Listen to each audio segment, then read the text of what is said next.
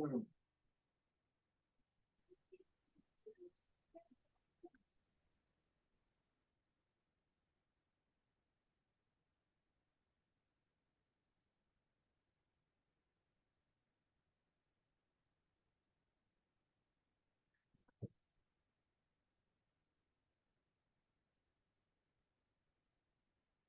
afternoon. How is everybody? Good. Good. Great. Great. What time is it? 5:57. Oh, I'm early. That never happens. I'll go ahead, share my screen, make sure I've got everything queued up here before we start. You get back over on this side of the fence.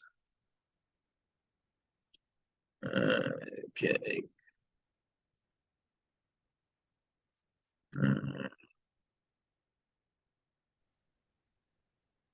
Hi, Dr. Lamb. Can I ask you a quick question? Sure.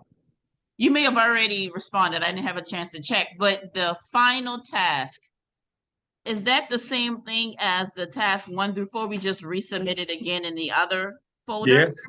Yep. Okay. Okay. Thank you. Yep. Yeah.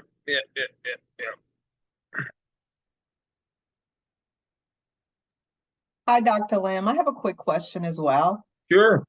For a task for the competencies, are there particular competencies that we should include in the OMA? Any 12? Any 12? Your choice, and then do the other 9 for you, Skip. All right, thank you. That's a good question. Yep. Any 12. Any 12 will work. All right. Let me stop my share. Dr. Sain will be with us in a few minutes. I've got about 30 minutes worth to cover before we get to him. And so we'll get all of our housekeeping stuff out of the way.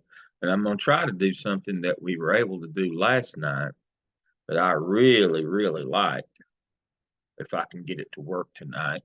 But, technology doesn't always do like you want it to, but we'll see. I've got it queued up. We'll see what it looks like. All right, I've got 6 o'clock. Let's go ahead and get started. Welcome to Mels 603 on Wednesday night, the C4 section. First thing tonight, before we get to our weekly schedule and where we are and what we're doing, we always like to debrief after a case study. I was very pleased with the case study. I like that you are passionate, you have ideas. I like that you want to engage in a dialogue and those kinds of things. That's one. The case last week was really about a bad teacher doing a bad thing, but anything other than that. All the other stuff was just kind of there to kind of misdirect you and get you to understand the principle. Did exactly as the law said. He contacted the superintendent. Superintendent did exactly as the law said, told him to be careful. I can't tell you what to do because you grade and classify.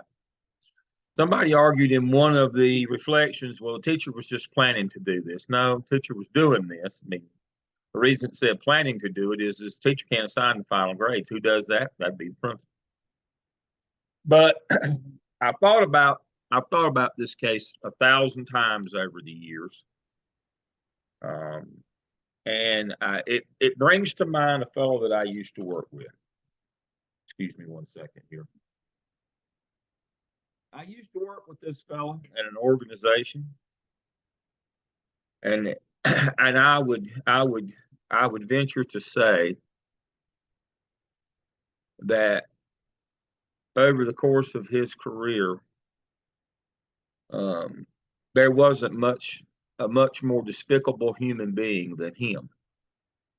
At every level, public school, private university, I'd say he's the most despicable human I've ever worked with. His behavior. And eventually he was separated from the institution. And the person who was in charge, there's Dr. Stain, who was in charge to do that. One day we were having lunch, and he was, at that time, neither one of them are in it no longer, but he was the provost at the time. And he said to me, he was just a good fellow who made some bad choices. And my response to that was, at what point are you no longer a good person making bad choices? Are you just a bad person uh, making the choices that you always make? You would have to be able to show me consistently that this person had a career of good works and deeds. And I knew of him years before I ever worked with him, and he was consistently the worst person I'd ever met in the business. That good person that just made some bad choices was just a complete alibi for, to salve his conscience that he let this person do this, and the university had to pay out millions of dollars in lawsuit settlements. It was an excuse. And so at some point you have to say, what is the bridge too far? What's the behavior that we won't tolerate? And I'm afraid it's kind of like the the metaphor of the frog in the boiling water. You put a frog in a pot of water, and it's room temperature, and you just turn it up a degree at a time, and you don't notice it's getting hotter. I mean, at what point is the water too hot? At what point, have you gone past the threshold of what's acceptable? So what I really like about this case is that each of us in our heart of hearts has to have some lines that we won't cross, but also that the people that work for us won't cross. And of course, you know what mine is. You can't abuse kids. Just can't do that. Now, full disclosure, I was an elementary principal 30-something years ago. And I have no notion why, but elementary school kids love me for some reason. I have no notion, even back then. They used to climb on me like a tree every day. They were not a bit afraid of me as man in the moon. That most people would think, well, elementary kids would be frightened of you, especially back when you had hair and black beard and all that. Nope. They just climbed on me like a jungle gym every day. Just loved me from the time I got there to the time I left. And I'll tell you what, I love kids. That's my thing. I love kids, whatever age they are. And so for me, you can't abuse kids.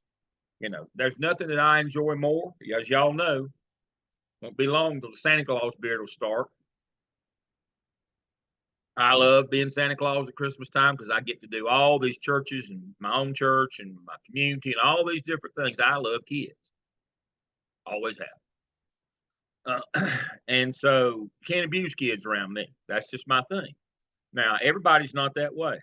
I don't know that that's a prerequisite to be in the business, but it certainly helps. But you have to find that part of you in you that says, I can't have people that work for me that do this. Everybody has to find their own comfort level with those things. This person can't work for me.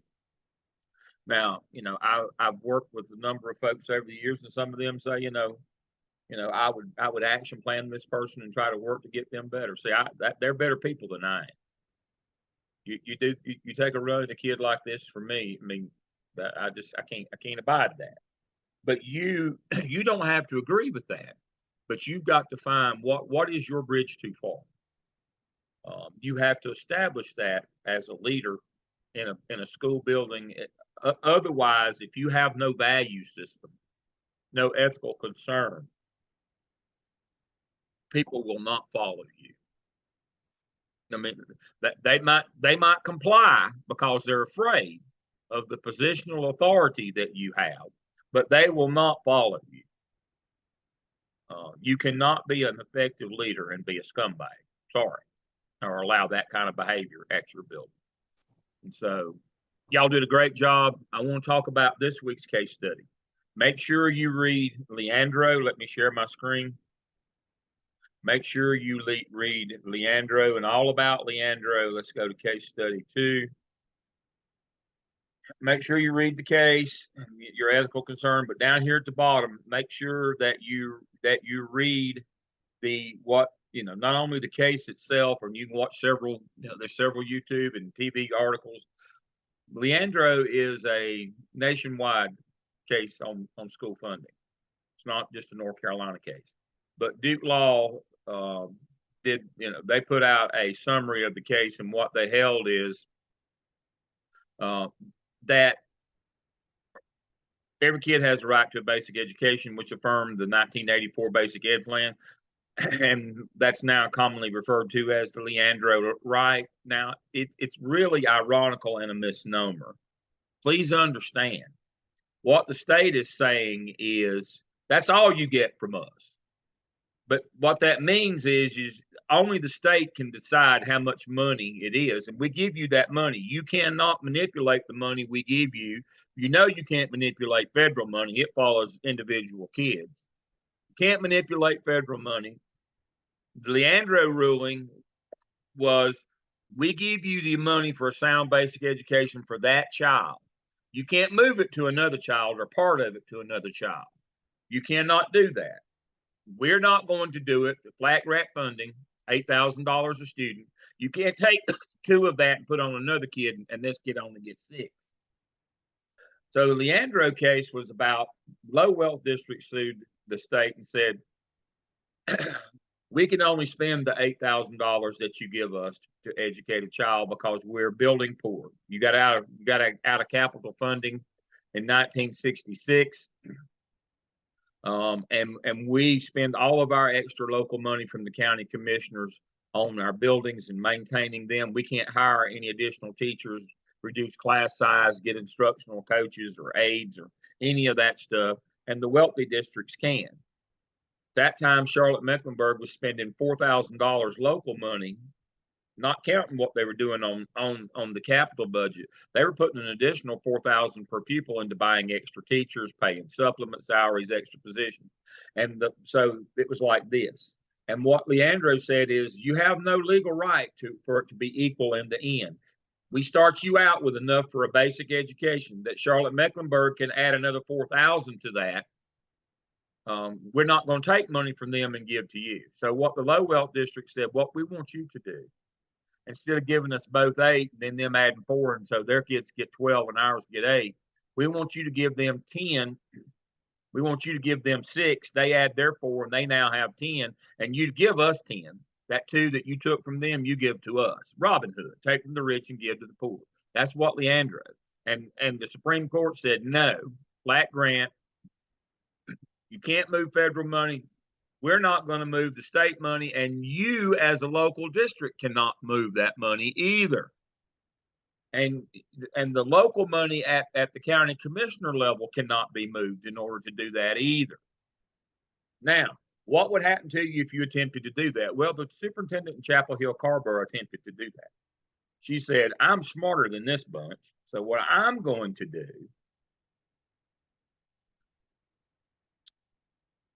is I'm going to take some local money like this superintendent in our case did, and I'm going to do a little pilot program.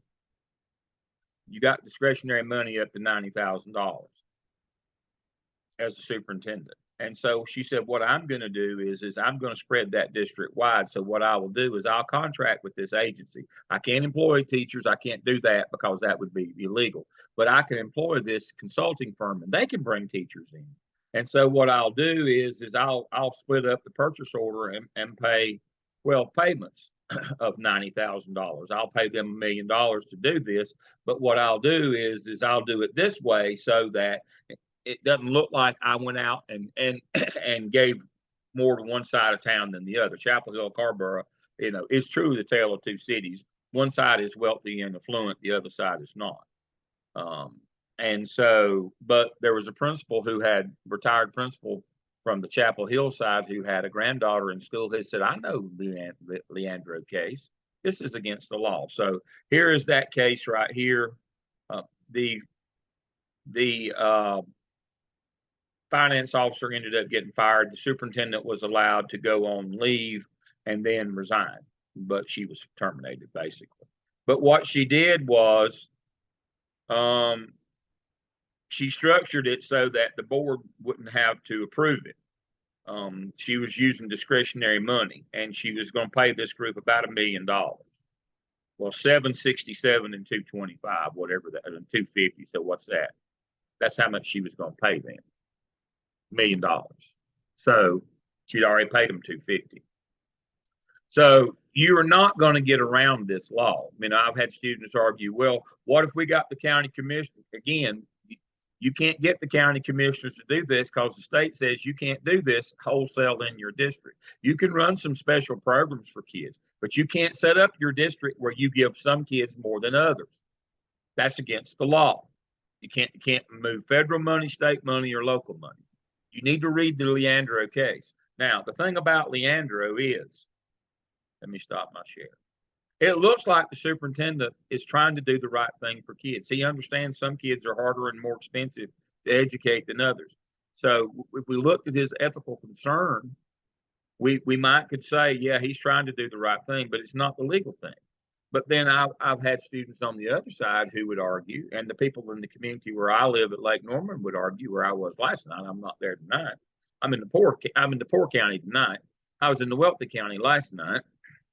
The folks at where I live at Lake Norman are incredibly wealthy and have everything in the world.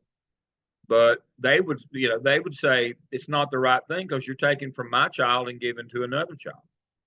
They would claim that it's not the right thing. But now we might all think that, understanding the notion of public education is to provide opportunities for the less than in society, that it would be the right thing to do. But it's not the legal thing to do. We could debate whether it's the ethical or right thing, but there's no debate. It's not a legal thing to do. If you read and research the Leandro case, and so the reason why we do the Leandro case is if you understand flat grant funding, you understand why things are like they are in North and South Carolina, because flat grant funding is the law of the day, rather than district power equalizing, where you give the rich less and the poor more. We don't do that. We give everybody, whether you're in Rockingham, Richmond, or Rutherford, we give you $8,000 per pupil from the state. All right, so that sets you up for your case study next week. Now, I've got several documents that I want to set up before Dr. Sane gets started tonight, kind of a precursor to his presentation. They're all under week 5, and so let's go through those right now so that we'll know where they are. Our weekly task is cyberbullying. For some reason, and I don't know why, well, people do what they want to do and just lie and tell falsehoods. If somebody tells you that the cyberbullying law, this is it, General Statute 14.458.1, that the cyberbullying statute was repealed, that is not true. One of the sections, there was one down here at the bottom, I think it was G, was amended. So the only thing that changed in the original cyberbullying law was if me and Angela are involved in a Twitter war and I start losing, I can't claim that I'm being bullied because I engaged in that Twitter war with her. That's the only thing that changed from the original law. All the rest of the pieces of the law are still there. So the substance of what I hope you find when you look at your district policy and talk to administrators in your district about cyberbullying is that you will understand. It doesn't matter where it occurred. You don't have to prove that it happened on school grounds. You don't have to prove that they used school equipment to do it. If it disrupts the educational environment, you must deal with it, period. It's what the law says right here. And then here's the law, here's the state's, here is the state's interpretation from the disciplinary handbook. It talks about that. And it says clearly right here under B. Let's see, where am I here? Bullying may be 2 acts, extortion might be bullying, along with bullying, harassment, orientation. Right here. Places a student or school employee in actual or reasonable fear of harm to his or her person. creates or is certain to create a hostile environment by interfering with a child's educational performance. So if a parent or child comes to you and says, I'm being cyberbullied, you have to deal with it. Your question is not, did they use a school computer? Did it happen here at school? None of that is, no, it happened over the weekend. But it comes back to school with you. And so now, what is your responsibility under the law? Well, the first thing you've got to do is report it to law enforcement. They have much broader powers of subpoena than you do. Your first responsibility under cyberbullying is report it to law enforcement. Now, if they choose not to get involved, that's okay. If they say no, that's but you give them that opportunity. Because if you don't, they'll throw you under the bus if you foul up their investigation later on, or you warn off the people so that they've disposed of their cell phone or deleted emails or done whatever. You're not supposed to warn these people. If they say no, we're not going to get involved in this, that's fine. Then from that point, you call your district and tell them, because you cannot be doing that investigation. If it's sexual in nature, you cannot be doing the investigation, because that's the update to Title IX law that came in 2021. Let's look at that right quick. I've got that. This article is all, it says Title IX updated. I've got this one as well. Let's see right here. And it says, under new regulations, reports of assault and harassment, the school must tell students involved and their parents in writing of the allegation. The school must give the accused person 10 days to respond. You've got to respond internally, regardless of law enforcement action. That means you've already told them and they said, no, we passed. You still got to respond. But here's the part that's new. In another change, the person who investigates the sexual assault case under Title IX cannot be the same person who decides whether the accused student is responsible, which means schools may need to hire or train additional staff. That means that the central office has got to handle this. You can't, because you're the person who would decide whether it happened or not. So if you get a cyberbullying case, it doesn't matter where it happened, what equipment was used. You don't have to establish where it happened or any of those things. You contact law enforcement. If they say pass, you start your investigation unless it's sexual in nature. If it's sexual in nature, you contact the superintendent's office or your Title IX people, and they have to be the ones that conduct the investigation. You got to be very clear in that. You can't go stumbling down that path yourself, especially if it's sexual. Now, here's the problem with sexual harassment versus sexual assault. A kid comes and says, this person is sexually harassing me. And you start the investigation. And then you find out, there was physical contact. All of a sudden, it moved from sexual harassment to sexual assault. And now you're too deep into it. You're not qualified to do sexual assault investigations. That's a police matter. You stumbled down the wrong path. So, and what happens when you do that? Well, let me show you what happens when you do that.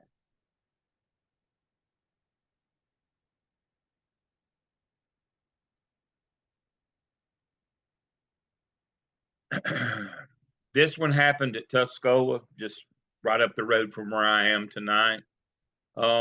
Haywood County, just past Asheville. Principal there had several reports from female students and from female faculty members that football coach was being inappropriate with them. And she tried to do her own little investigation and basically covered up because she thought it was just harassment. Then it turned out that it was some sexual assault involved too. He ended up getting fired, and so did she. And she got online and she actually did an interview.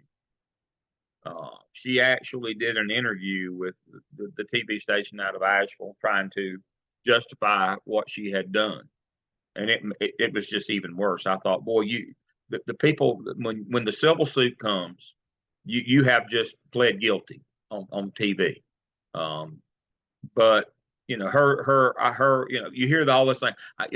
We wanted to give him the benefit of the doubt. We didn't want the negative PR, public relations in the community. She gave all those old tired excuses as to why she did a fake investigation, said nothing to see here, and move along, and allowed him to victimize several female students and faculty members, not only verbally but physically over a long period of time. Allowed him to do that. And basically she was just covering up for him. I could tell you a dozen stories, but and it says clearly to report certain acts to law enforcement and the superintendent. Now, the one from last week, it was report certain things to the superintendent. That was the law. Remember, 115C 288, duties and responsibilities of principals. There's two different ones that say that principals have to report. One says has to report to the superintendent. That's like when the teacher's trying to fail a kid illegal. You would report that to the superintendent. That's not a violation of the law. But on violations of the law, it says clearly report to the law enforcement and then to the superintendent. You got to understand which is which now. Who you call first. I can't tell you the number of times the deputy superintendent, the person in charge, the superintendent's designee, when I answered the phone to school, said, "We had this to happen. Did you call the law? That's a crime. Did you call the law?" Well, no. Well, don't call me. Hang up and call them. I don't want to be seen when we get subpoenaed. I don't want it to look like I was part of your cover up. Call them. You know what the law is. And the police will throw you under the bus if you foul up their investigations. They do not like that. Now, on the other hand, hopefully I could show you a video later down in Edgecombe County, I think it is, the police got on and praised the school, because first thing the school did before they did anything, they kept it confidential and called the police so they could launch a confidential investigation before anybody knew. They were able to catch the perpetrator. They were able to catch him before he was able to destroy the evidence. And so they were very happy and said very complimentary things about the school. Now, that's not at all what happened in the North Met case when the Huntersville police chief got on there and said, "I'm quite sure a crime was committed." But the school tried to investigate it and said by the time that we got there, the evidence will never stand up in court. It was tainted. And of course, what did that mean that I had to do with the principal and the AP that did that? They had to go home. And they were good people. But you just don't do stuff like that. You got to know, which phone number or what button to push when these things happen. So you got to work through these things, and so that leads me to you must know the law. So here's your Bible. Here is your Bible.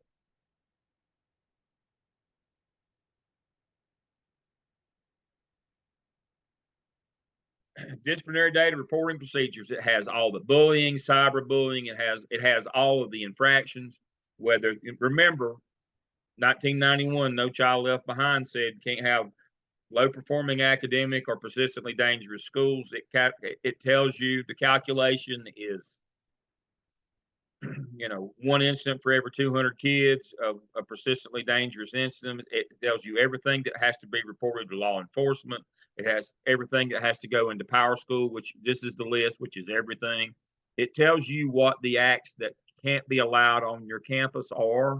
It's got a whole list of them right here, and they go by difficulty. Now, the ones that are PD, those are acts of crime and violence, but those specifically acts of violence. Those count against your persistently dangerous calculation. ROs are reportable offenses. That means they're violations of the law. They're not violence, they're acts of crime. You got to know that.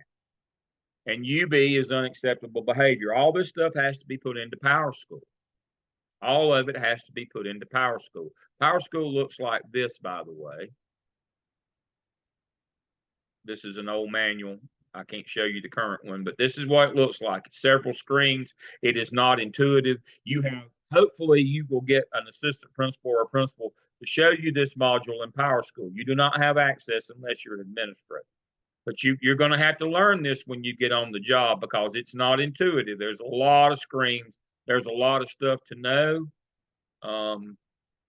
And just like from this, when you got all this stuff, you got all these scenarios. This thing is You know, this thing is over 100 pages long. You got to know all this stuff.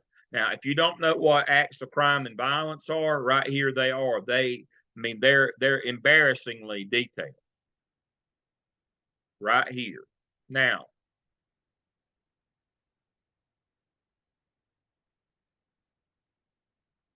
all right, let's see.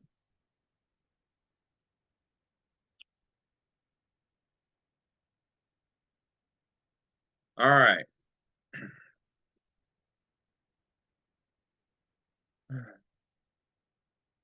So let me give you a quick synopsis of the North Met case. It's been a few years back. A girl came in and reported that she'd been raped. The assistant principal took it upon herself to investigate. Well, rape is a terrible crime. She should have not done that to start with. But then her conclusion was the girl was 16, that the act was consensual. The girl was 16, which means she was the age of consent in North Carolina. So she adjudicated no crime had occurred. The mother went to the police and the news media and said, yes, my daughter is 16, but she's self-contained, exceptional children, self-contained. And so she falls under the category of being mentally incapacitated. She is not capable of giving consent. She's not adequately mental capacity is not enough to consent. And of course, the law is very clear here. If you're mentally disabled, you cannot consent at any age. She didn't bother to read the definition of, and that's the same for any sexual infraction. There can be no mutual if there can be no consent if one of the parties is mentally incapacitated. And the mother said these boys were going down to the EC unit and taking their girl over to the bathroom and having sex with her. Yeah, she was a willing participant, but she didn't have the mental capacity to consent. You know, and the problem was she's now pregnant. Got real ugly. But you've got to know though these are the kinds of things that you've got to know. So you've got to read this thing. This is the book. This is your guidance as to what infractions are. Now, as we learned last week, the district sets the penalty. The state does not have any penalties in their handbook. They tell you what everything that kids can't do. They tell you what laws, what has to be reported. I mean, they give you scenarios. But remember, it's left up to the local district's Board of Education to adopt the code of conduct, which has the penalty phase. It has the same things in it you can't do, just like the state said, these things aren't allowed in our buildings that we send money for. Right here they are: medication, student dress, personal property, cheating, we covered last week. And it gives so the state says these things aren't allowable. They have to be reported. You have to involve law. They tell you what you have to do. They do not tell you what you have to do as a result of that, which is the outcome. They don't tell you what punishment you or consequence you assign. That's why you have to go by your code of conduct to make sure you're within those metrics so that you won't be capricious. You know, last week's case was about nowhere in their code of conduct did it say that you could fail a kid for a year for cheating. That was too much punishment for the crime. That's what we're talking about. So you've got to know your disciplinary data handbook. You'll have to learn Power School very quickly and get up to date. Now, the accepted practice, the recommendation from the State Board of Education is 2448. What does that mean? It means if you've had an act of crime or violence, either a PD or an RO, persistently dangerous or reportable offense, happen on your campus, you must enter that into Power School no more than 24 hours after it occurred. All other infractions, UBs, have to be in within 48 hours. So you can't just throw them in your referrals in the desk drawer and say, I'll process these at the end of the week. That's not due process. Or after I process them, I'll wait a week or two to put them in Power School. Or I'll think about it over the weekend. Instead of assigning that as this, I'll make it a lesser one. That's why you have to put it in while it's fresh. See, we get cold feet after you get the blood up out of the hall and your lips quit swelling. and you got an ice pack on your eye. That's why I have a scar under both of mine, different dust ups I was in over the years. When your blood's still up, boy, that was a terrible fight, on Friday. By Monday, well, that was just disruptive behavior. That's one of the reasons why they make you put it in right away. Is you get to thinking about the ramifications of putting that in and how bad that looks for you as a school or an administrator, and you get cold feet. You have a change of heart. You're not supposed to do that. 2448, put those things in. All right, so let me make sure that I have covered everything. Oh, I was going to show you how smart I am. Oh, that'll take a while, won't it? Here's what happens if you don't report like you're supposed to. This is a case from Colorado. This lady served 2 years in prison. She did not follow up, and she punished the child for telling it. So she got 2 years, and as long as she lost her house, she lost her liberty as well. She got 2 years in jail. But I get students every semester who say to me, Dale, I'm a good person.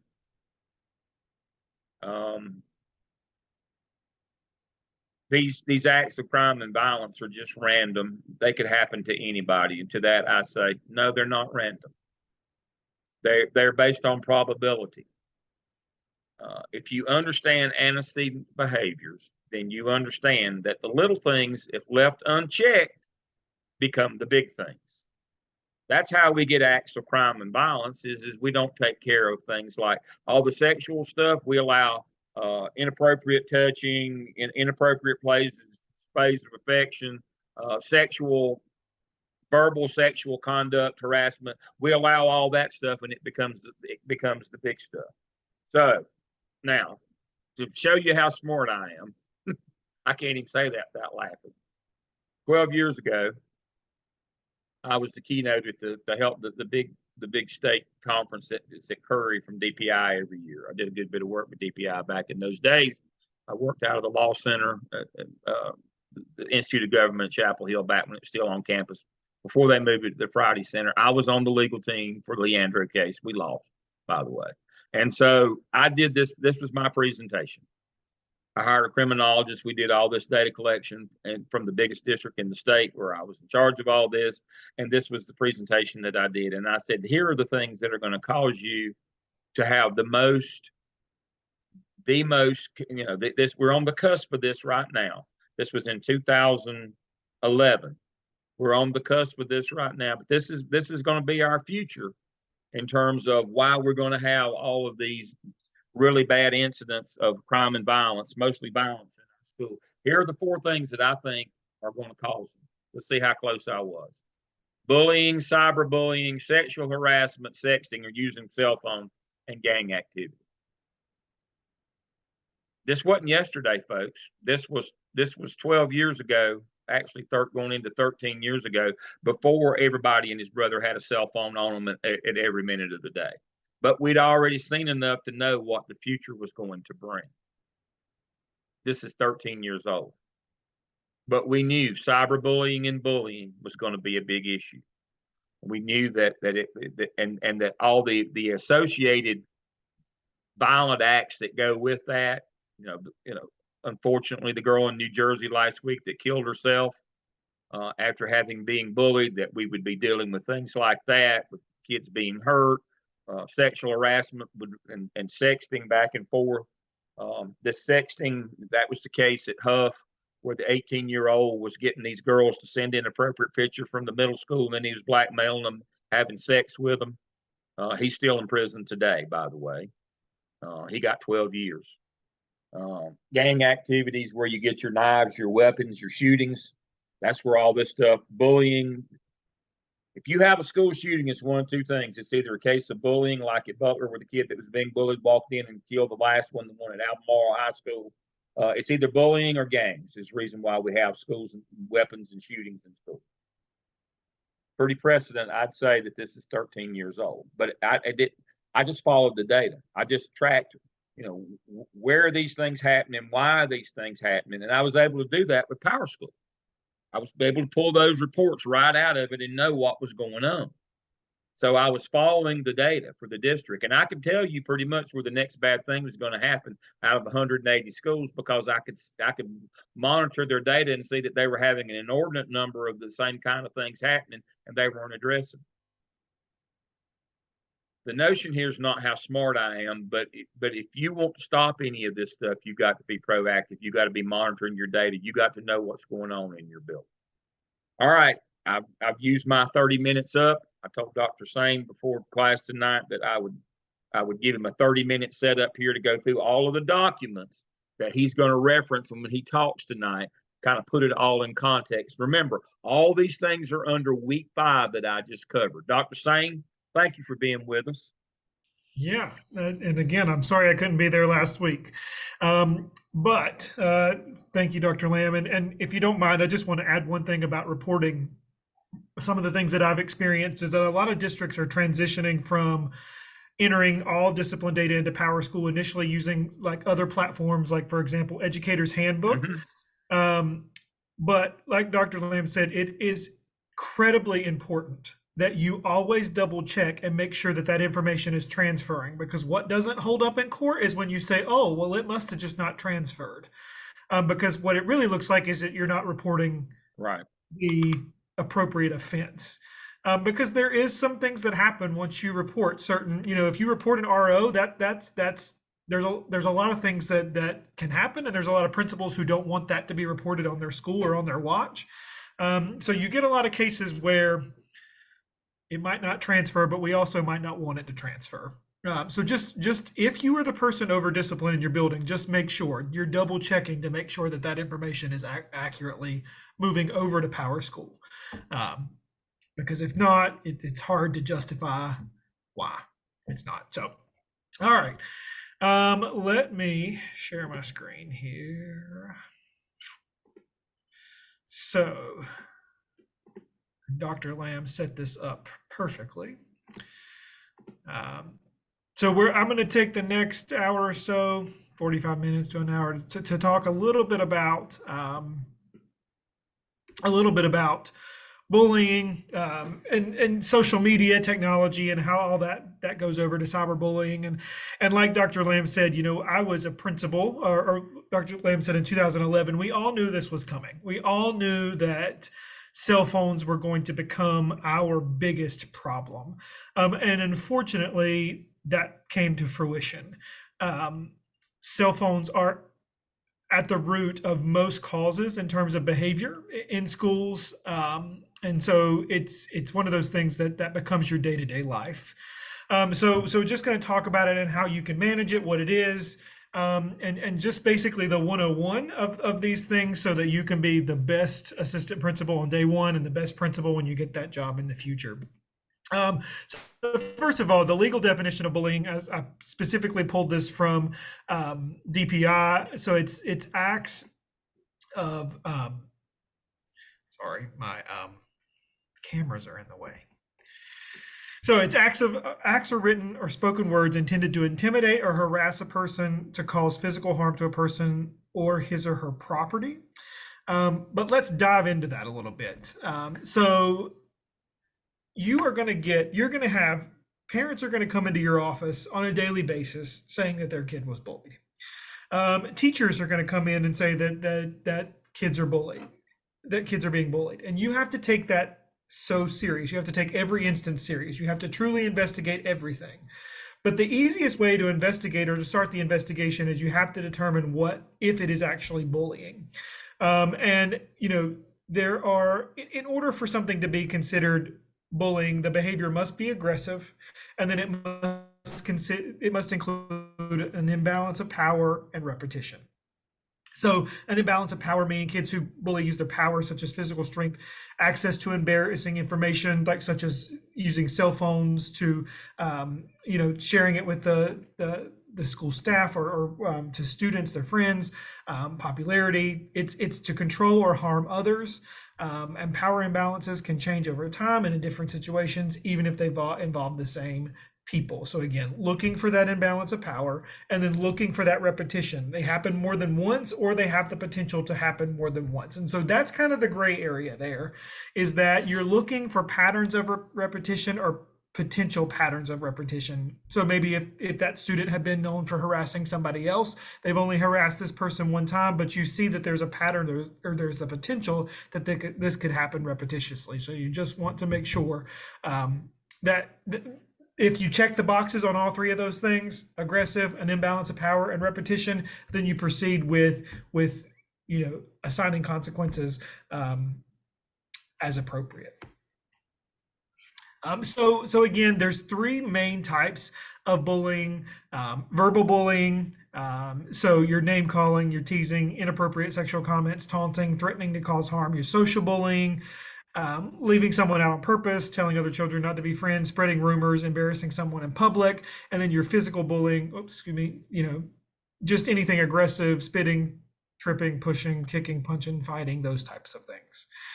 So those are your three major causes of bullying. And then here is the laws that Dr. Lamb was referencing, those North Carolina general statutes. And so I'm not gonna read all of this word for word for you all, because you're more than capable of reading, but I did highlight the parts that are extremely important for you to know. So bullying or harassing behavior is any pattern of gestures or written, electronic, or verbal communications, or any physical act or any threatening communication that takes place on school property, at any school-sponsored function, or on a school bus, right? So the last part there is, who does that include? Who could that include? So a school employee who has witnessed or has reliable information that a student or school employee has been subject to any act of bullying or harassing shall report the incident to appropriate school officials. So as an assistant principal or as an employee in the building that you are overseeing, you must make sure that there is a sound reporting system in your buildings when bullying or potential bullying is going on. Again, going back to, you're going to get a lot of bullying accounts. I would rather have 100 plus, people report something that might not be bullying, as opposed to just people who aren't reporting bullying at all. You want to be proactive. You want to be in the green in all of this, because again, the consequences of not supporting students when they're being bullied, and staff members when they're being bullied is we'll talk about it in a little bit, but you can get to as bad as suicide. Dr. William, anything you want to say there? Dr. Sane, I'm sorry to interrupt you. Please. I need to make one point here, and I'm sorry, I should have made this earlier. In court, they're going to hold you accountable portal to portal. That goes along with what Dr. Sane is telling you right now. Now, what does that mean? It means you're responsible from the time the kid leaves his domicile till he gets to his bus stop, at his bus stop, on his bus, at school, back on his bus, at the bus stop, until he gets back to his domicile. That's what they will hold you accountable for in court. So I've had too many administrators that said, well, that happened at the bus stop before he got on the bus. And that means you got to deal with it. Now, I've had principals who say, well, they left the bus stop and went over to the soda shop with Jughead and Archie. And that's where it happened. No, it's kind of linear. If they go somewhere else before they go home, then you're kind of off the hook. But you got to understand the portal to portal. So you can't say, when a parent comes in and say, these kids are bullying my kid over at the bus stop, you can't say, well, that's not my problem. It is your problem. The law says portal to portal. I want to make that clear right now. I would be remiss if I didn't remind you of what your responsibility as a school administrator, where it extends to. And Dr. Lamb, that's such a great point, because when you become an assistant principal, you're going to be over buses. That's one of your first gifts. And if you're at a larger school that has big bus stops where you've got a lot of kids congregating in one area, that you're going to have that, because no one's technically, or really no one is watching them. You might have the occasional parent there, but again, that's where bad things can happen, and that is our jurisdiction. That is, we are responsible for that. So just make sure that you can't say, oh, like Dr. Lamb said, you just can't say, oh, they're not at school, so it doesn't matter. All right. So, just again, going back to the general statutes regarding bullying and harassing. Again, I just highlighted some of the most important things. It's all important, but just to kind of give you the 101 tonight. So, again, the policy against bullying or harassing behavior. Um, you know, each local school administrative unit shall adopt a policy prohibiting bullying or harassing behavior. And there's all of the things that that policy should have in it.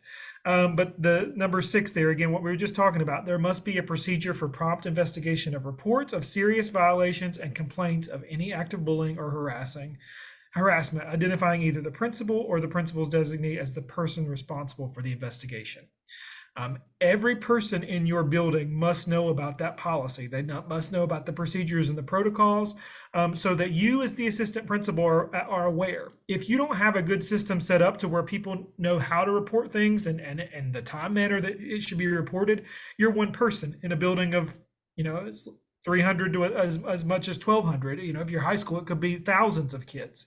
And your employees must know the processes and procedures for reporting any type of bullying or harassing in your building. So at the beginning of each school year, the principal shall provide the policy prohibiting bullying and harassment, including cyberbullying, to staff, students, and parents as defined by this statute. So again, that's got to be part of your beginning of the school year meeting.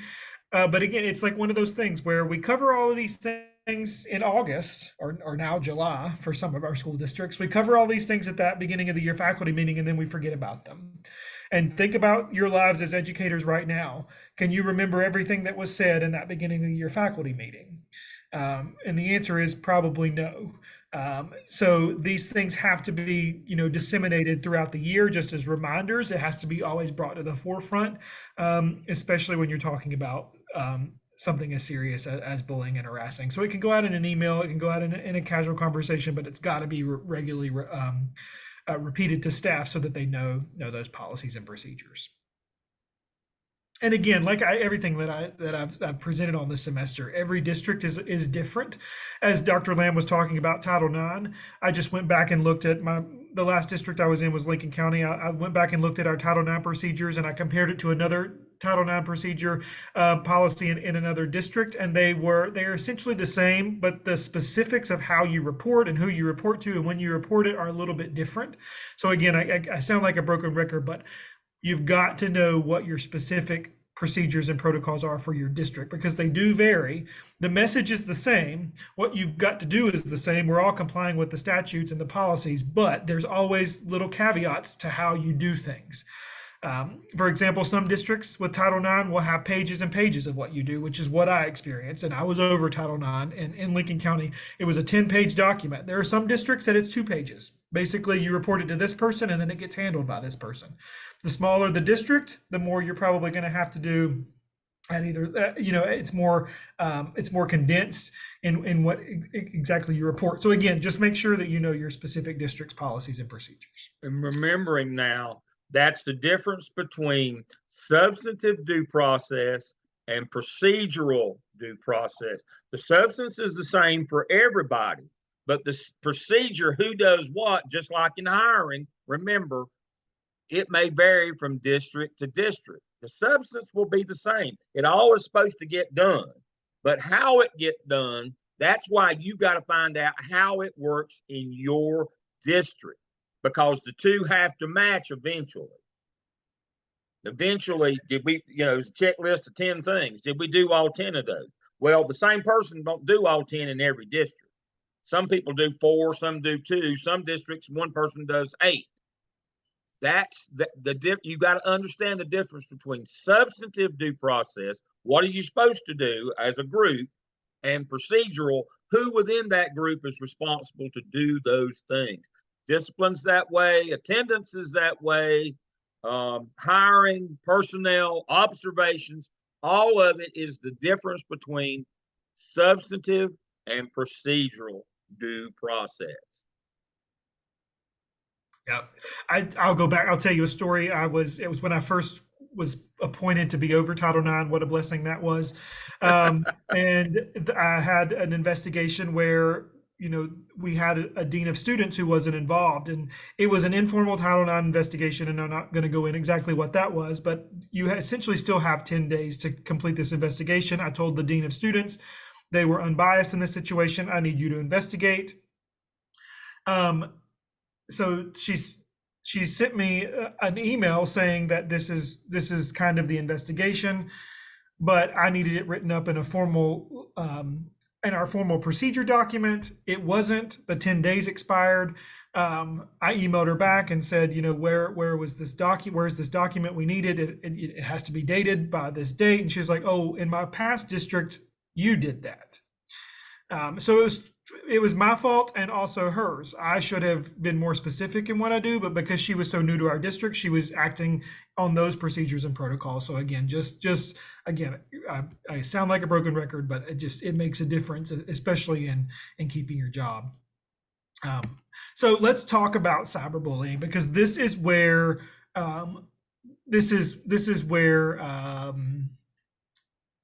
I'm at a loss for words. This is where you're going to be spending a lot of your time, and cyberbullying has made bullying so difficult to investigate. It's just a world that it's hard to monitor. You all know it. You all know how cell phones are now like a third arm to our students and to us. So again, a lot of damage can be done with cyberbullying, and so let's talk a little bit about what the effects of that are, and then what we can do to prevent it. So again, the effects of cyberbullying on teenagers can range from, lower school attendance and performance, increased stress and anxiety, feelings of isolation and fear. I bolded those because research shows that those are the 3 biggest impacts, and those are not something to be taken lightly. But then what we're seeing, a concerning increased trend is this cyberbullying and suicide. In my district alone, the last 2 that I was in, we had 4 cases of suicide, all dealt with bullying, all connected to social media. So again, it's like bullying on steroids.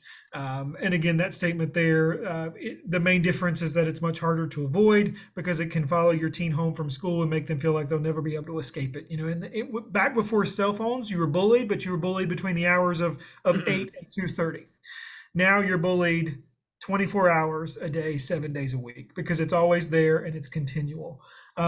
So again, I know that we don't, it doesn't hit home until it happens, but the potential of suicide is so much greater because of social media today. So again, we can't take this lightly.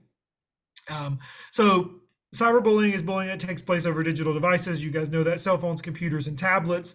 The most common places are on social media: Facebook, Instagram, Snapchat, and TikTok. Forgive me, I'm not the best with the apps, but Snapchat, when I was a principal, was the absolute hardest to do, because, correct me if I'm wrong, that's the one where the images go away after time, or the stories go away.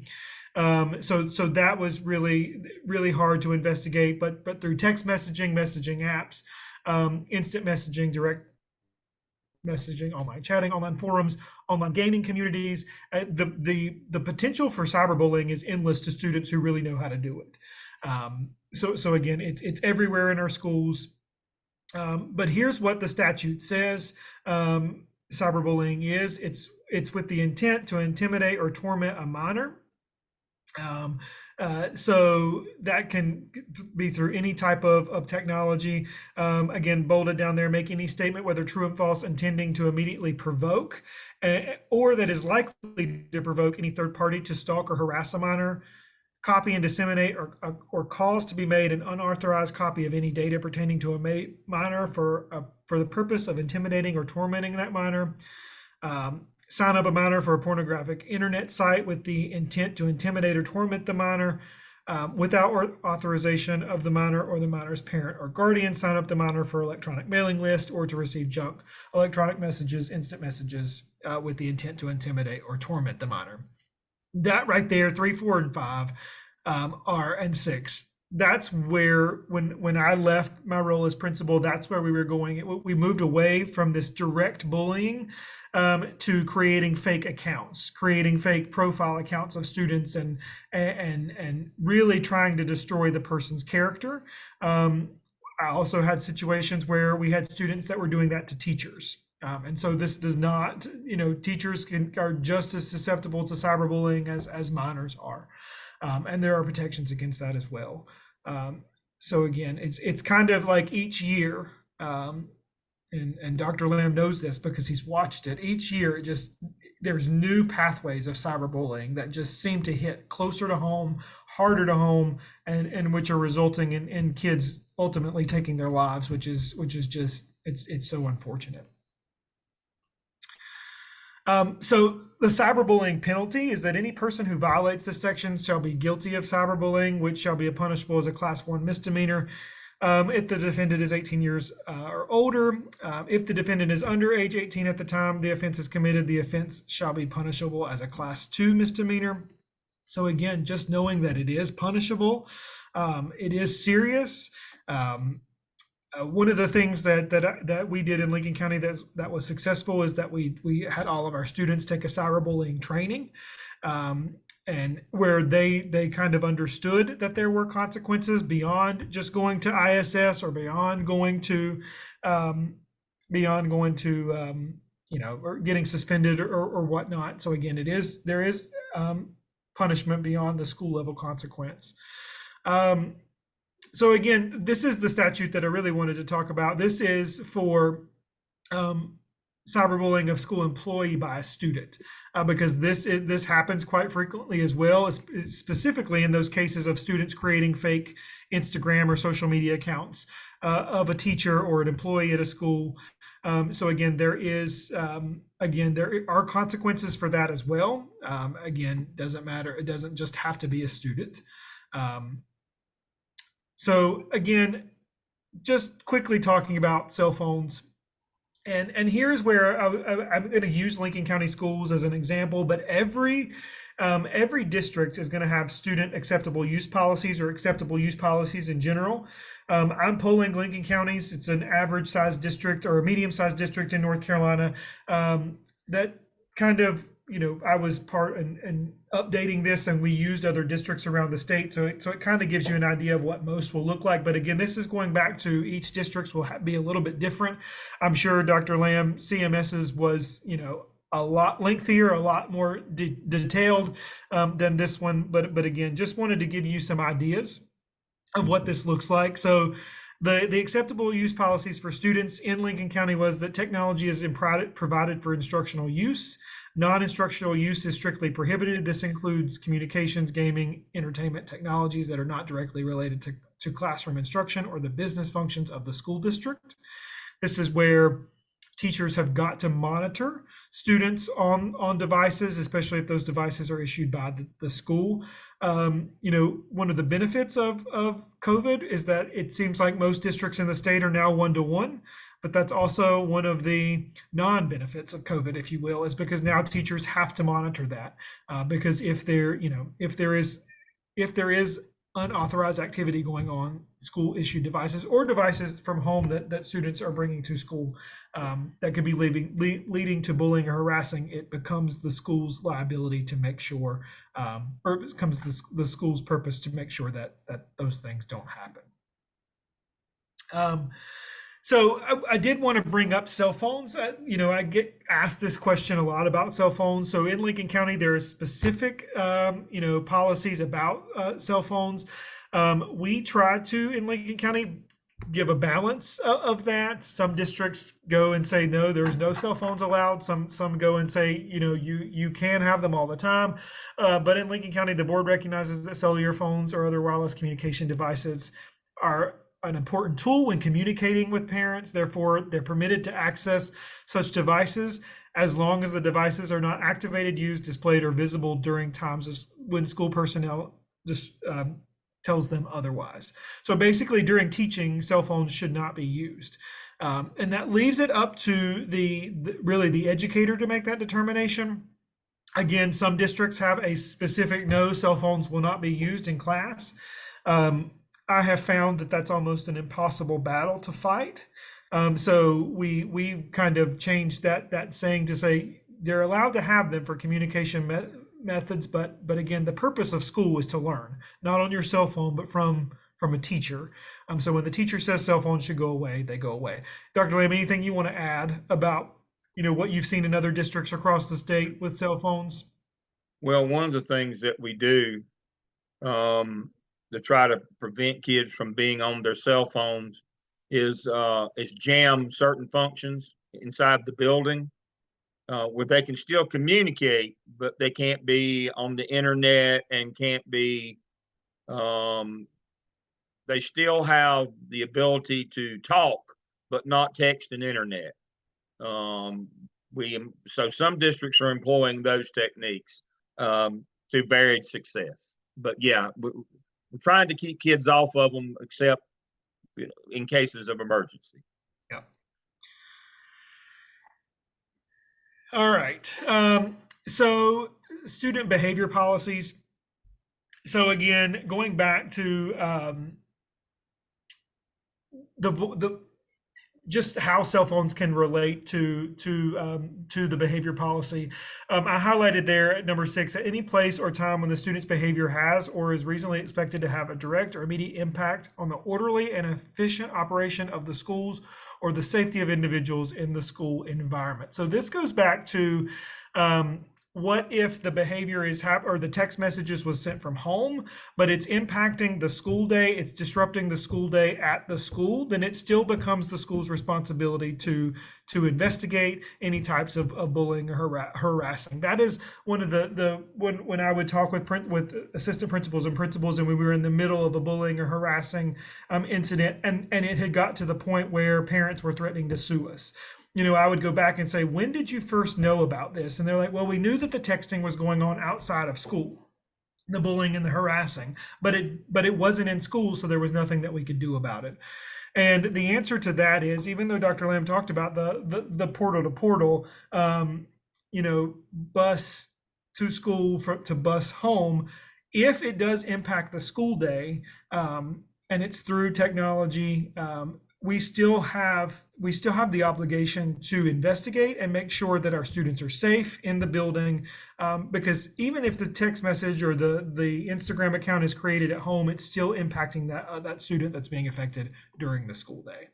I had a lot of principals get very frustrated at me and saying, we don't have the time to manage every student's social media profiles, and I completely understand that. There's not enough time to do that. However, if you have a tip, or if you know that there's something going on, then we are obligated to investigate and to determine the severity, and determine whether it needs to be turned over to somebody else, or if we manage it there at the school. But again, gone are the days where we wave goodbye to the children, they leave the front door, and we're no longer responsible. It's just not the world we live in. You all as educators know, public schools get blamed, schools in general get blamed for everything. We get praised when things go right, but more often than not, we get called out when things don't go right. And every time things don't go right, it's because we didn't follow one of these statutes. Every time, and Dr. Lamb probably does the same thing. Anytime I hear something about a school, the first thing I think of is, well, what policy did they violate? They talk about it, and sure enough, they violated it. It doesn't mean that you did it out of malice. It doesn't mean that it was intentional, but at the end of the day, it was violated, and that makes us liable. So just try not to be that person. So again, going back to staff, what's the staff requirements for technology? Again, we kind of had the same rules for staff technology, because listen, if your staff is constantly on their cell phones, guess who's also going to constantly be on their cell phone? Kids. And I understand that we were adults and we should have rights to our cell phones, but even as a principal, I was very, very, hardlined about that. I don't want to see your phones out unless it's tied to instruction. I don't want to see you texting or calling, stepping out, because when you do that, your kids thinks it's acceptable.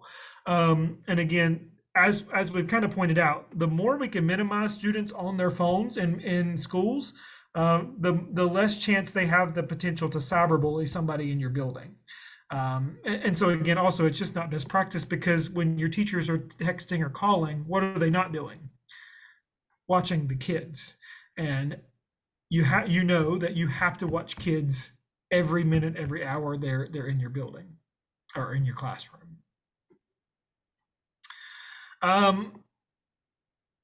So again, personal use policies, again, just giving you an idea here. So parents may desire for their children to have cell phones, smartwatches, and other personal technology devices for safety and communication during and after school. However, these devices can be disruptive to the educational environment. Therefore, all personal devices must be turned off and stored during instructional time. Again, so this is just an example.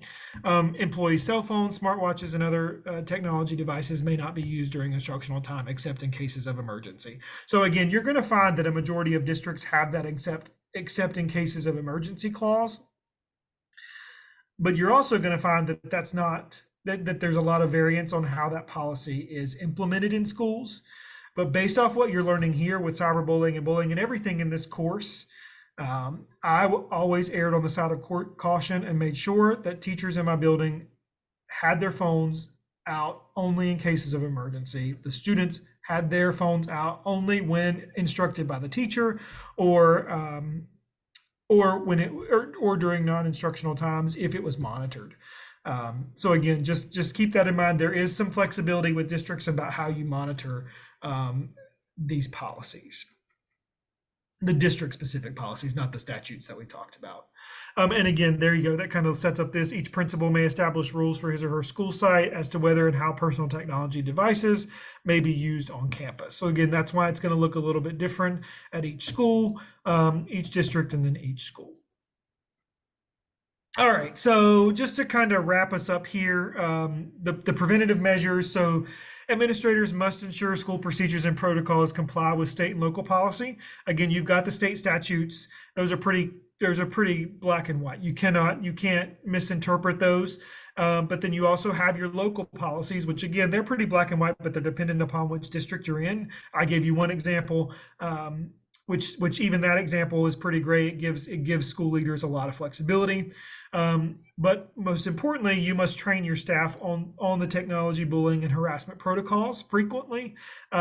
That being the warning signs, the reporting requirements, the monitoring classroom use of technology. I always befriended, I think I talked about this when earlier in the semester talking about behavior. I befriended the director of student services or whoever's over student services in your district. They usually have access to a lot of the most up-to-date trainings, and I always again reached out to them when there was just to make sure my staff was up to date with all of the warning sign trainings, and how we can make sure that our classrooms are sound for learning, but most importantly that they're kind of anti-bullying environments. Inform parents frequently about the technology bullying and harassment protocols.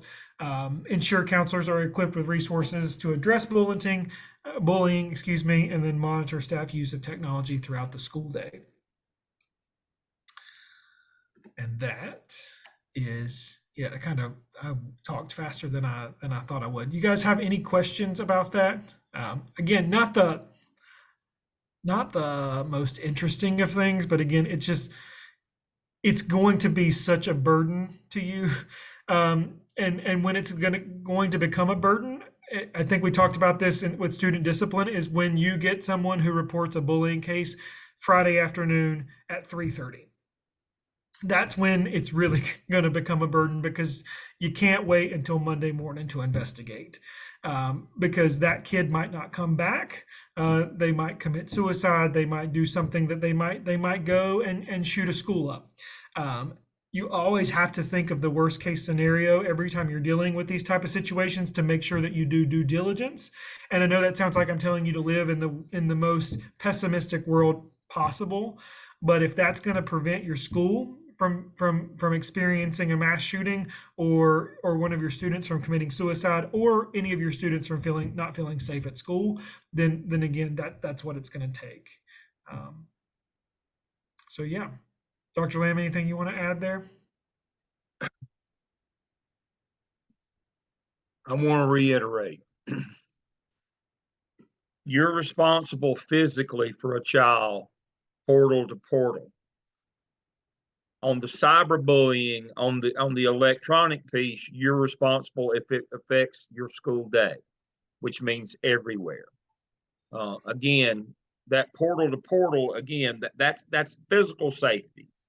But the virtual reality is that if that kid is yours, you're responsible. But when somebody comes and tells you something, you're responsible. Let me trying to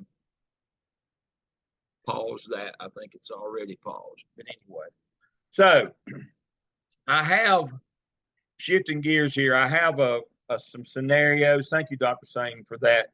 Again, this is the ugly part of the business. This is the part that's not fun. Nobody's telling you that this is interesting or fun, or this is grinded out. This is following through. Remember the 3 functions of negligence. We saw the first one in our case study last week, which was malfeasance. A person did the wrong thing, knowing it was wrong with the intent to harm. Next week's case, the superintendent, is going to be a case of misfeasance. He did the wrong thing. He didn't know it was wrong. He thought he was doing the right thing, but it turned out to be the wrong thing legally.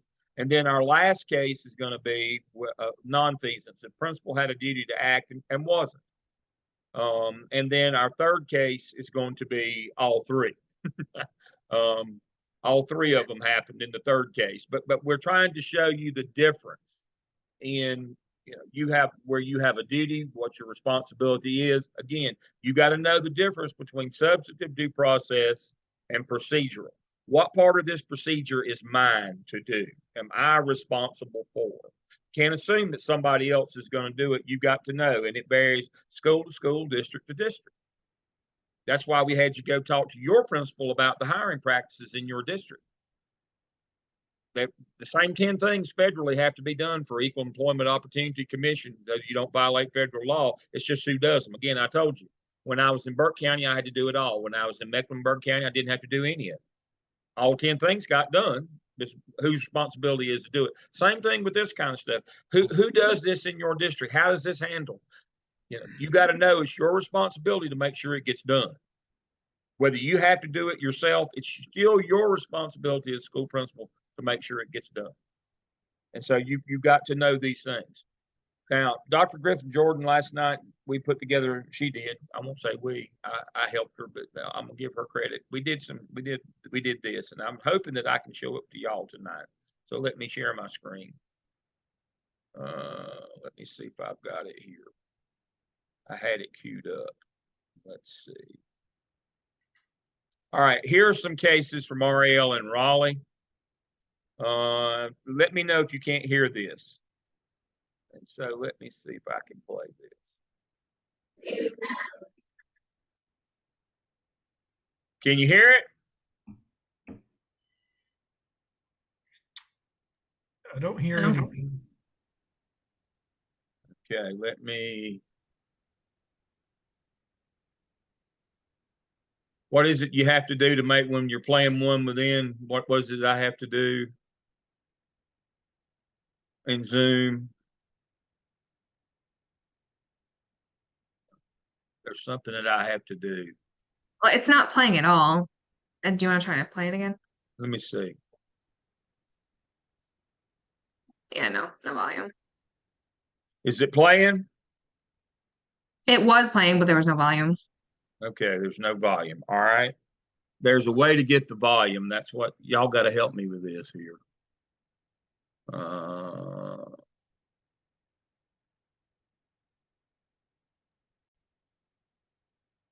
Let's see. Middle school, and investigators believe there could Good. Nope. Do what? Yeah. It's working. All That was good. right. be more victims. WRAL's Leslie Moreno joins us live at Central Prison. Leslie, you spoke exclusively with a mother whose 2 children were taught by Alan.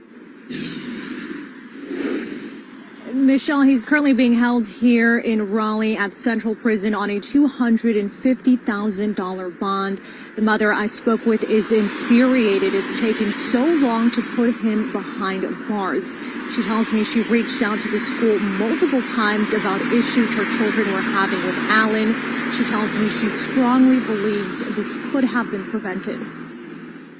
32-year-old Andrew Allen, a tenure teacher at Stanley Middle School, was just arrested for having inappropriate relationships with several students. Investigators say multiple children were victims of sexual abuse at the hands of Allen. I spoke with a mother whose son had Allen as a teacher 5 years ago. She says her son was verbally abused by Allen and that it got so bad he almost took his own life. The school told me they didn't have enough proof. They told me they were handling it, and all they did was move my son to a different classroom. And it wasn't just her son. Her daughter was also taught by Allen just last year, and she too says she was verbally abused in front of her classmates. The mother also reported her daughter's case, but nothing was ever done. I'm upset because if they would have taken action, maybe he wouldn't have done all those things to all those kids. Lee County School says they first learned about the sexual abuse allegations on November 2nd. Allen was suspended without pay. He then resigned on November 6th. Lee County Schools provided this statement saying in part, quote, "We understand there will be many questions that our community will need time and support in order to process and respond to this terrible situation. We're providing additional support to the Stanley Middle School community, including additional counselors and other staff to support students." The Lee County Sheriff's Department believes there may be other victims. If you have children who had Allen as a teacher at any point, investigators are asking that you speak with your child about any possible inappropriate conduct. Michelle? Leslie Moreno, live in Raleigh. Thanks, Leslie. All right. Can y'all hear me? Yeah. Okay. All right. Parent reached out to school multiple times. Issues with children were having with teacher, verbally abused. Other kids were verbally abused later, 5 years later. Now they have found out that this person is now sexually abusing kids. All right. And so let me stop my share.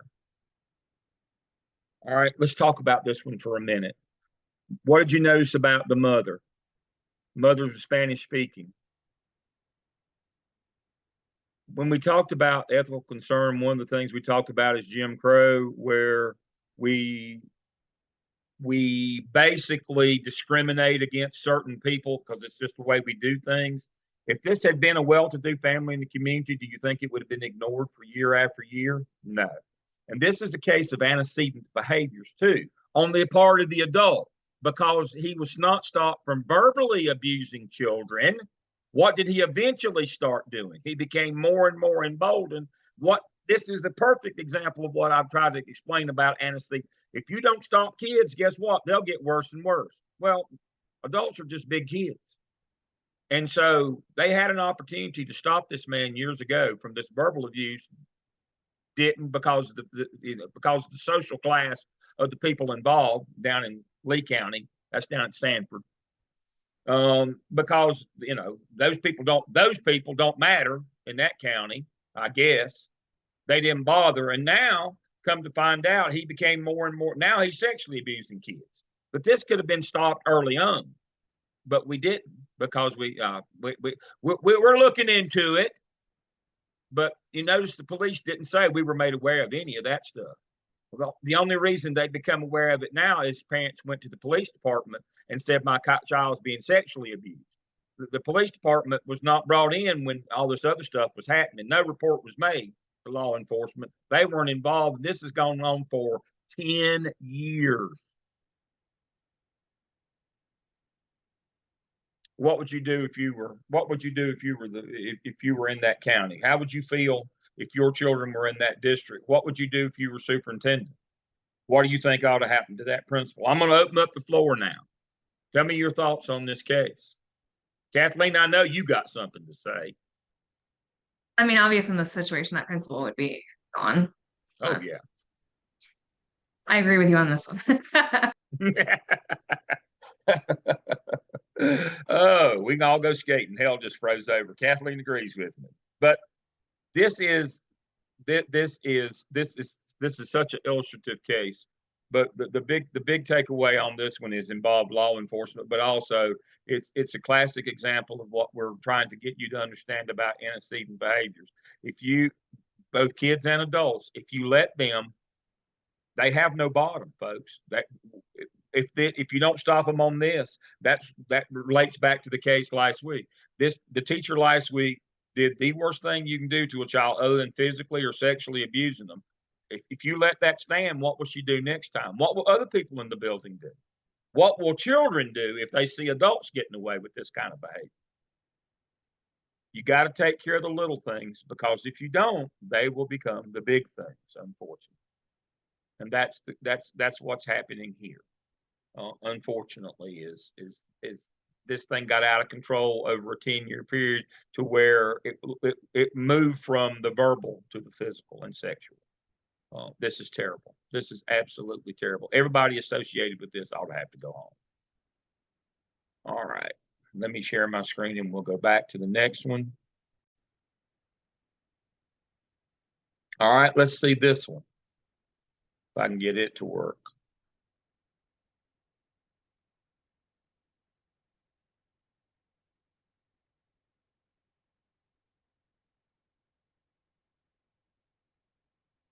New tonight, an Edgecombe County high school teacher is suspended in.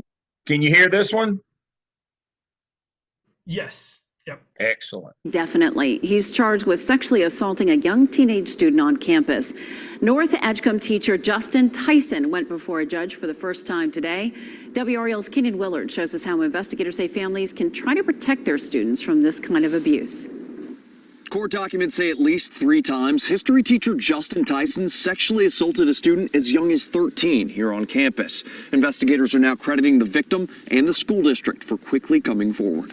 The Edgecombe Sheriff's Office says on January 19th, they got a call from Edgecombe Public Schools. The district said a student at North Edgecombe High reported having an inappropriate relationship with a teacher. An investigation was launched, and yesterday, the Sheriff's Office arrested 29-year-old Justin Tyson. He was charged with 3 counts of statutory sex offense with a 13, 14, 15-year-old. The Sheriff's Office says the assaults happened on campus. They wouldn't say when or where exactly they took place, citing an ongoing investigation. This morning, Tyson had his first appearance in Edgecombe County Court, requesting a public defender to represent him. Tyson's being held on a $100,000 secured bond. The Sheriff's Office says the arrest couldn't have happened so quickly without the swift action of the school district and the victim's decision to report the alleged abuse. Don't hold it in. It needs to get out, because that can mess with a child forever if they never admit to it. Investigators are calling for families to talk to their students about anything at school that might be weighing on them. Please, if you have a child and you're noticing changes in their attitude, changes in their school schedule, and the way they do their homework or their grades are dropping, talk to them. Find out why that's happening, because sometimes it's an issue. Kenan Willard, WRL News, Edgecombe County. WREL News also asked the family of Justin Tyson for a response to his arrest. They declined to speak with us. All right.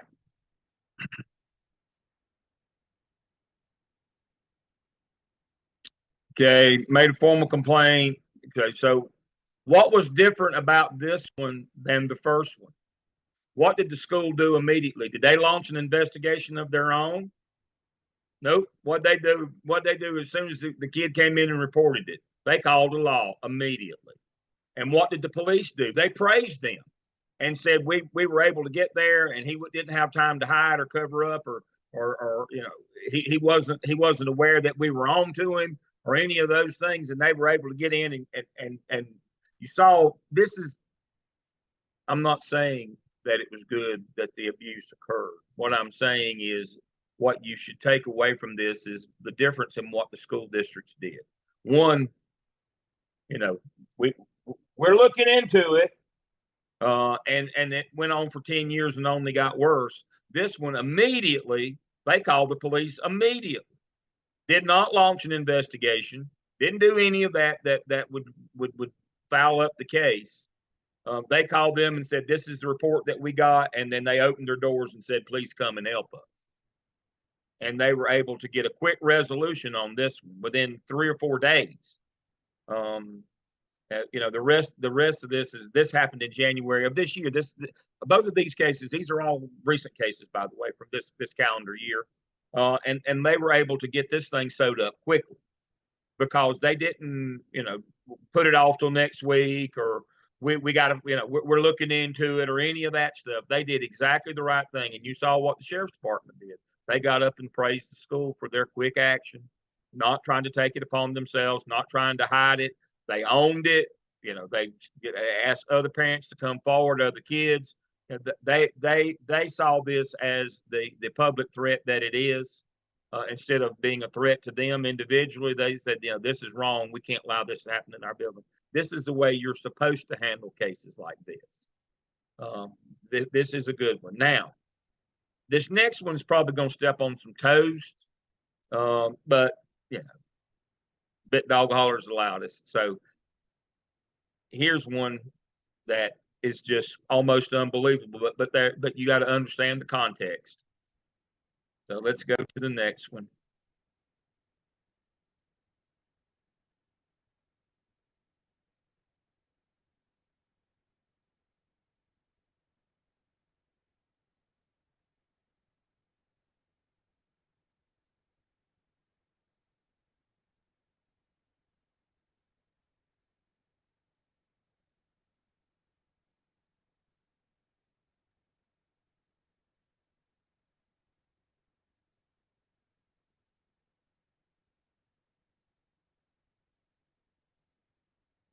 A former administrator of a Raleigh school turn a blind eye to sexual abuse happening on her campus. That's what a jury has to decide. Testimony in the trial of the former headmistress at the Montessori School of Raleigh started today. WRL's Chelsea Donovan just stepped out of court and joins us now with the latest. Chelsea? Deborah, court actually just wrapped up a few minutes ago. The state calling 3 witnesses today, all former students, and we learned through their testimony where the sexual abuse occurred on the campus 10 years ago, sexual abuse by former teacher Nicholas Smith. We know that it occurred in the classroom, the woods behind the school, and even in the Pottery building. The state believes Irichetti, who knew about the abuse prior to her time as headmistress, was in a position to act, but she didn't. And that resulted in more abuse. All right. Let me stop my share. All right.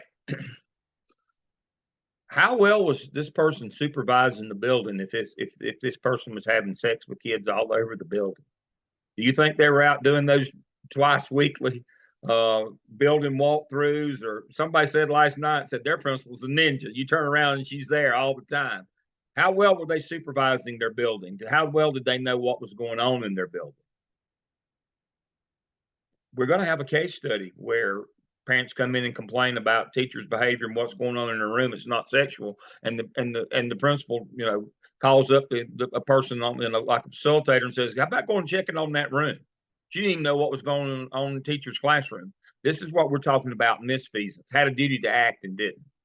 This is a case of nonfeasance, nonfeasance, had a duty to act and didn't. Now, I'll go ahead and I'm looking at our time here. Next week's going to be a long week, and we'll kind of cut it short after this one.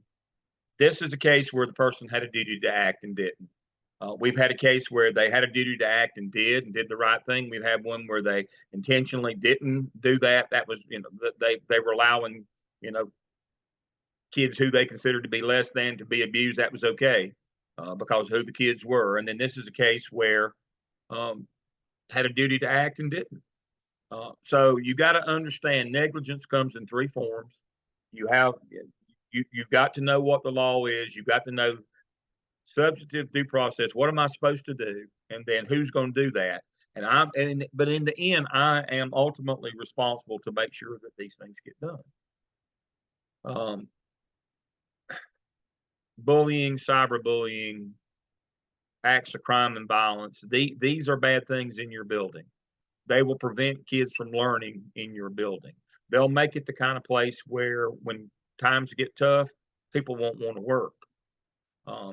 I still believe, and I may be wrong in this, But I've done it long enough. I believe that if you create learning environments that are beneficial to teachers and students, that you can still find good people to come and work. But if you won't pay people, or if you have poor working conditions, that's why you can't find people. I worked in some really bad places, and I was blessed to have good people, and I could find people for some reason, and they would generally stay. I'm not saying that I was perfect at it, but it mattered. I wanted it to be a good place for the people, the kids that went to school there and their parents, and I wanted it to be a good place for the teachers. But one of the things that we didn't do, we didn't hide things, we didn't cover them up, we didn't ignore them. We took our lumps. If things went bad, we acknowledged it and dealt with it. And I can't help who gets sent to the building, but I can help what happens once they get there. And you can't let teachers abuse kids. That's number one. Kids cannot be abused in your building. You must follow through and do the things that you need to do. And so bullying and harassment and all these things, it starts out as that, but it becomes so much more. That's when the bad stuff really happens. Suicide, murders, kids walking in, shooting other kids, fighting, gang activities. Kids, get bullied. They join gangs. That's the number one reason the kids join gangs, is to have a sense of belonging and protection, because other groups are picking on them or bullying them. That's where gangs come in. You say, how's gangs relate to this? Well, that's what kids do to cope with the treatment that they get at schools. And so all these things, the cell phones, the sexting, the texting, the internet, social media, all that stuff comes to our door every day. And we can either get in front of it or we can get run over by it. That's kind of my benediction. Dr. Singh, I want to thank you again for what a great presentation that you did. Thank you all for being with us tonight. Dr. Singh, I'll give you the close tonight. And then we will see you all again next week for your case study on case study 2. Yeah, I do want to say, I meant to say this when I was talking, but in the last year that I was in Lincoln County, just to kind of show you the impact of cyberbullying and how it's kind of taking over physical bullying. In Lincoln County, there was a 30% decrease in physical bullying investigations and a 120% increase in cyberbullying investigations just in 1 year. So again, I think in 4 or 5 years, you're going to see physical bullying go down to probably its lowest level ever, and cyberbullying being the number one reported offense, or that's the reported offense in schools. So again, I just can't stress the importance of it seems impossible to monitor cell phone use in schools. And it seems impossible to get parents on your side with that. But when you take things seriously, parents will come on your side. Just like the school, the Edgecombe school that immediately went to the police and reported it. No, that doesn't really look good when you got a bunch of cop cars sitting in front of your building. But guess what looks good? When people start praising you for your swift action. And sometimes I think that principals, we get fearful of that. We fear of what it will look like to the community, and we don't do the right thing because we're afraid it'll tarnish our school's reputation, when in fact it would boost our school's reputation, because they see that you're taking this seriously. They see that you're taking child safety as a serious matter. So just keep that at the forefront of your minds as you guys are leading these buildings in this state and in South Carolina and everywhere around us. Dr. Singh, you've got a question in the chat box. Yeah. Let me see. Sorry. As your role as a Title IX person, if you would address that question. The question is once a parent has made a complaint about a sexual assault or sexual harassment and a Title IX investigation is started, what should you expect to hear from the Title IX office as a result of that investigation?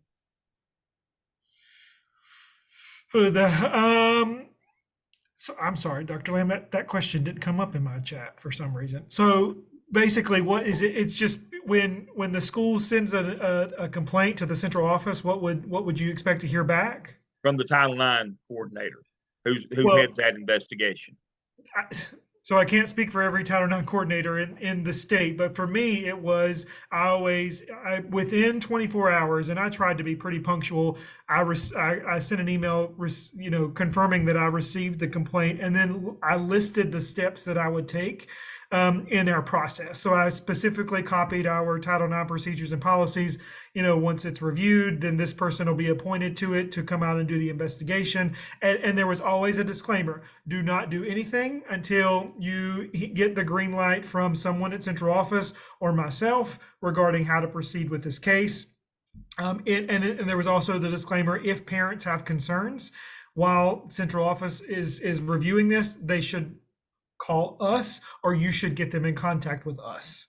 So we were very clear, but I always tried to respond quickly, just so, because I wanted our principals and assistant principals to know exactly what was coming next. And again, go ahead. And then the caveat to that is once your investigation is concluded, how do you go about informing the parents of what the findings were? Those were some, I don't know what was more uncomfortable, telling the parents exactly what happened, or then, so in Lincoln County, we always brought the parents in face to face. We tried to do that every time. A lot of parents would say, no, we want it to be Zoom, or we want it to be a phone call. We would try to get them face to face. But that also depends on the nature of the investigation. If it was one of our more serious cases, then we would have other people present. But for our cases where the investigation turned up and nothing happened, we would call them in face to face, have the discussion. But again, that wasn't the hardest conversation. The hardest conversation was calling a parent and telling them that your son or daughter has potentially been groped by another student, or by possibly by if it was an employee, that was not my call. That was the law enforcement's call. But that's where you get the most anger in those cases. Right. By the time you get to the conclusion of the investigation, parents are, that's more of the easier conversation, in my opinion. Yeah. And so the question in the comments, generally what happens is, and this is in general, it goes to your Title IX person, and if they dealt with it, then they will meet with the parent. If they, as Dr. Sane said, if they turned it over to the police, then you would expect that you would know that as a parent. They would say this has been turned over. They would tell you who, and you would expect that the police would then inform them of the outcome of the investigation. Now, unfortunately, sometimes if the police don't find anything, they don't say anything. That's the real problem. And now you can't compel the police to do that. Again, that goes back to that relationship that you have, your district and you have with the police. But what you would hope is if they had no finding of fact, that means they didn't find anything, that they would inform the parent of that. Now, I used to do this, and this is because I'm dumb. I wasn't the Title IX person. They worked for me. And if we had one of those situations where the police had no finding of fact, I would generally do that myself. I would meet with the parent and say there was no finding of fact on the police. Now, you have every right within 90 days to go to a magistrate and file charges. If you think something happened, that is your next recourse. Is you can go to any sitting magistrate in it's called a solicitor in South Carolina. You can go to your local solicitor or your magistrate, and you can file charges yourself through the criminal system. We have handled it through our system, through Title IX. We adjudicated it to be a crime. We turned it over to the police. They have had no finding of fact in the case. If you believe there was, then you should go to your local magistrate or your solicitor. That's what I would do. Now, that did not make me a popular person. But again, never wrestle with a pig. Yeah. Pig, you get dirty and the pig just likes it. I'm the pig. I didn't mind the wrestling. I kind of like that. And so, but now a lot of times, but Crystal, you're exactly right. Fortunately, a lot of times the school people, when they turned over to the police, they don't want to have to be the one to tell the parent that there was no finding, but somebody needs to. That needs to get done. But the parent can also needs to hear, if you think something really did happen, you ought to go file charges with the magistrate or solicitor. That's kind of your next step. And then sometimes that will compel the police to actually deal with you. But if the district handled it, the Title IX person will inform you of the outcome when they're required to, one way or the other. If it stayed in, but if it went to the police, we can't compel them to do whatever. It's important to have to try to build close relationships with your police or your local sheriff's department. And in Lincoln County, I tried to do that, and I was successful with 1 out of 2. So our city police, I could call and say, "Hey, have you followed up, and will you follow up, or do I need to follow up?" Our sheriff's department was a little bit different. I guess a little larger, So again, I would be the one that typically, I would call and say, "Did you find anything?" They're like, "No, didn't find anything out." So I would then call the parents and say, but also to what Dr. Lamb was saying, if when you remind them that they can then go and take it into their own hands, that's when you find out if they really believe what their child is saying or not. If they're like, "Oh, okay, now we'll let this go," then they believe that your investigation was true. But if they don't, if they're hell bent on it, then there could be something. Now, this is not something that's happened. It happened in my tenure, and Dr. Lamb, you might be able to answer it. But if they do go to a magistrate and they take matters into their own hands, and there is another investigation and they do find wrongdoing, can that come back to the original investigation? Can there be? Oh, absolutely.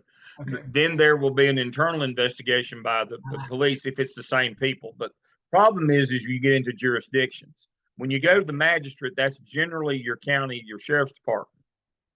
And in Charlotte, the people who did the investigation were CMPD if you were a city school. The county sheriff's department is not assigned to any schools in Mecklenburg. It's all by town. So if you're at Independence High School, your SRO is part of the Mint Hill Police Department. If you're at Butler, Matthews. If you're at Huff, it's Cornelius. If you're in North Meck, it's Huntersville. And if you're at Hopewell, it's Huntersville. Everybody else is Charlotte, CMPD. My 2 SROs were CMPDs when I was principal in Charlotte, junior high, senior high. I had 2 CMPDs. When you go and make a report to the magistrate, that's the sheriff's office. That's the county police. Then you get into a problem with them butting heads over that. You get into jurisdictional issues, but that's your only recourse. There's so many law enforcement agencies out there.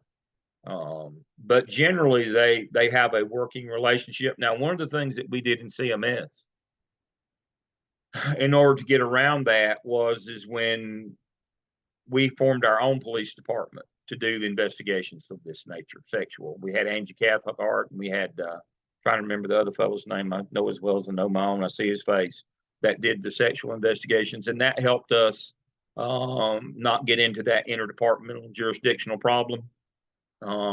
We basically hired retired CMPD officers and formed our own police department, got a charter, so that we wouldn't be having these problems all the time.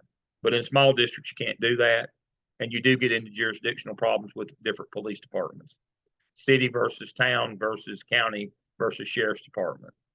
Now, but again, the magistrate system is part of your county sheriff's office. But you do have that in the same way the solicitor's office in South Carolina. You do have that option, though. But if they do find something, there will generally be some sort of cross-departmental liaising between them. And hopefully we'll come to a resolution at that point. But as Dr. Sain said, if you really believe it, then you do have recourse. You don't just have to stop at that. You can go and file to press charges yourself. But again, the school district hopefully has followed all of their protocols. Yes, ma'am. Excuse me. At what time, because I'm in CMS, at what time do you contact the Charlotte Mecklenburg Schools Police Department? Do they get involved at any time or any point of the investigation? Generally, they get involved with investigations of like we're talking about. The officer is on campus. You know, they have an SRO that's on campus that deal with those things. But generally, if you're making a claim that something maybe happened outside of the, you know, it happened on the weekend or the bullying is happening outside, something that didn't physically occur at the school, that's when you would go to CMPD's police department. And they're pretty clear. They'll tell you, yeah, that's something that we'll handle, or no, that's something you need to go to, you know, talk to the school SRO. If your kid got jumped in the bathroom, you need to be talking to the SRO at the school. If your kid come home and reported that to you, you would go back to the school, because that supposedly happened and under the jurisdiction. Every school's like a little police precinct for the SRO that's there. That's their beat, like a beat cop. That's their beat. And so, but now if it happened at the mall over the weekend, you could come to see it, and something happened bad to your kid, you'd come to CMS police for that, if an investigation needed to occur. That's kind of how that works. Now that's unique only to Charlotte now. Everybody, that's only a Charlotte thing. I don't know too many districts that have their own police force, but they're an investigative group. They don't walk the beat. They don't come out to schools and stand around and do that.